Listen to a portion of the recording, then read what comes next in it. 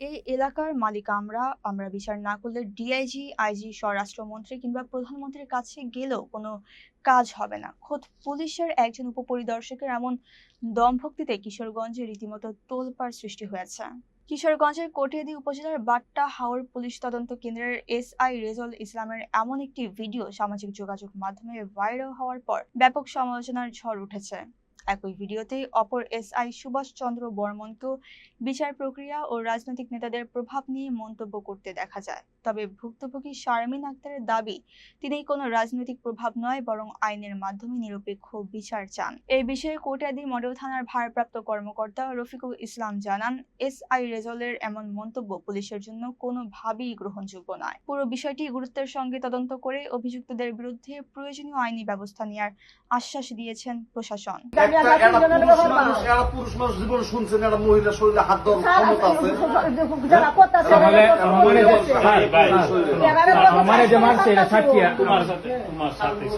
আগে পুলিশে মারছে, এদিন কি এখন আছে 5 তারিখের পরে দুইটা মারা আইনে আছে? পারবেন? 5 তারিখের পরে পুলিশ জুলাই রাখছে, কি পাবেন? পুলিশ জুলাই রাখছে, পুলিশ কি জুলাই রাখছে নাকি? এখন আপনার বোনের থানা গেছে, এখন কি সমস্যা বলেন? অনেক সমস্যা হইলো গা, আমার ফিশারির থেকে জায়গা জমি দেয় নিচে গা, আমার মাছ দিতে আমি আনবা মাছ চাষছে কি? আমি চাষছি। চাষছে ডকুমেন্ট আছে? জি, ফিশারি কার্ড আমার মানে আমার আন্ডারে আছে ছিল।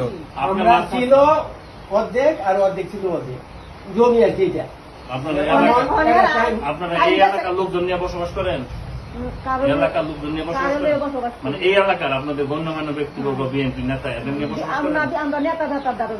নেতা নেতার কাছে যান না কেন? গেছে না? আমার নেতা ফোন দিচ্ছে না? বিএনপি নেতা ফোন দিচ্ছে না? আমার বিএনপি নেতা গেছি আমি আজকে গেছেন না? কাঞ্চন ভাই ফোন দিচ্ছে না? বিএনপি মানেন?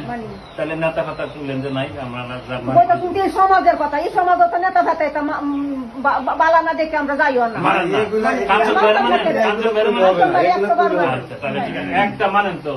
দুলাল ভাইরে মানেন? দুলাল ভাই না, দুলাল ভাইরে মানি না। মানেন না? সে তো বিএনপি নেতা, ক্ষমতা তাদেরই এখন, ক্ষমতা তাদের নিয়ে এখন, ক্ষমতা থাকলে কি অন্যায় অবশ্যই এখন বিএনপি ক্ষমতা। আমি লিখ কত কোন পাঁচ দায়িত্ব এখন সরেচার, আমি লিখ সরেচার আসবো ক্ষমতা দেখাইতে। এখন স্যার আমার একটা কথা, হ্যাঁ আসতে পারবো স্যার আমরা যার বিরুদ্ধে অভিযোগ দিছি, মানে এখন যে দুলাল মেম্বার যিনি, এটা হচ্ছে ওনাদের ক্লোজ।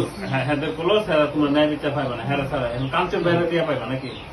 জি আমরা চেষ্টা করি কাঞ্চন বাইরে দিয়ে পাইবা, ঠিক আছে? সেটা বলবেন আমার, হ্যাঁ কাঞ্চন বাইরে মানি, কাঞ্চন বাইরে মানি, আমি এই ব্যবস্থা করবো।